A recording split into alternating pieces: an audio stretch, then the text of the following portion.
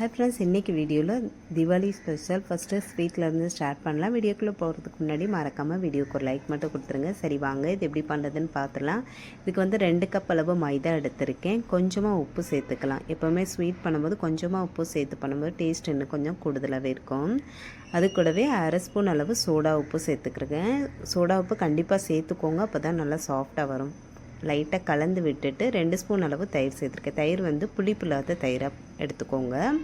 எந்த கப்பில் மாவு எடுத்தோமோ அதே கப்லேயே 1/4 கப் அளவு நெய் சேர்த்துக்கலாம். நெய் அப்படி இல்லைன்னா அதுக்கு பதிலாக பட்டர் கூட சேர்த்துக்கலாம். நெய் சேர்த்து பண்ணும்போது டேஸ்ட் நல்லாயிருக்கும்.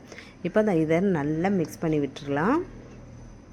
நல்லா கலந்து விட்டதுக்கப்புறம் இது மாதிரி மாவை எடுத்து கொழுக்கட்டை மாதிரி பிடிச்சிங்க அப்படின்னா பிடிக்கிறதுக்கு வரணும். அப்படி வரல அப்படின்னா இன்னும் கொஞ்சம் நெய் சேர்த்துக்கோங்க.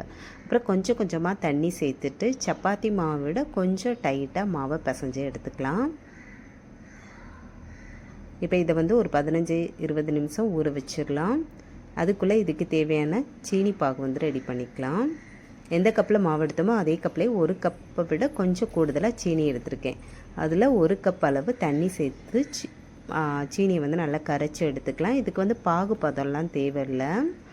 கொஞ்சமாக குங்குமப்பூ சேர்த்துக்கிறேன். குங்குமப்பூ இல்லைனாலும் பரவாயில்ல, வாசனைக்காக 2 ஏலக்காவும் சேர்த்துருக்கேன்.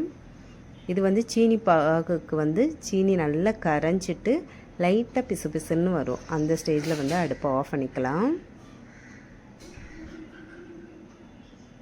இப்போ பார்த்தீங்கன்னா தெரியும், சீனி எல்லாம் நல்லா கரைஞ்சிருச்சு.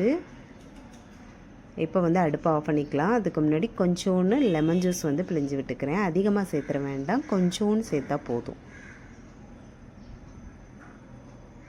இப்போ அடுப்பை ஆஃப் பண்ணி வச்சிடலாம். மாவை வந்து லைட்டாக மிக்ஸ் பண்ணி விட்டுடலாம். மிக்ஸ் பண்ணி விட்டுட்டு சின்ன சின்ன உருண்டைகளாக எடுத்துட்டு கொஞ்சம் அழுத்தம் கொடுத்து டைட்டாக வந்து இது மாதிரி உருட்டி எடுத்துக்கோங்க. அப்புறம் நம்ம மெதுவடைக்கெலாம் பண்ணுவோம்ல, அது மாதிரி நடுவில் வந்து ஓட்டை போட்டு எடுத்துக்கலாம். இங்கே சின்னதாக வேணுனாலும் பண்ணிக்கலாம், அப்படி இல்லைன்னா கொஞ்சம் பெருசாக வேணுனாலும் பண்ணிக்கலாம். இது மாதிரி எல்லா மாவும் ரெடி பண்ணி வச்சிடலாம்.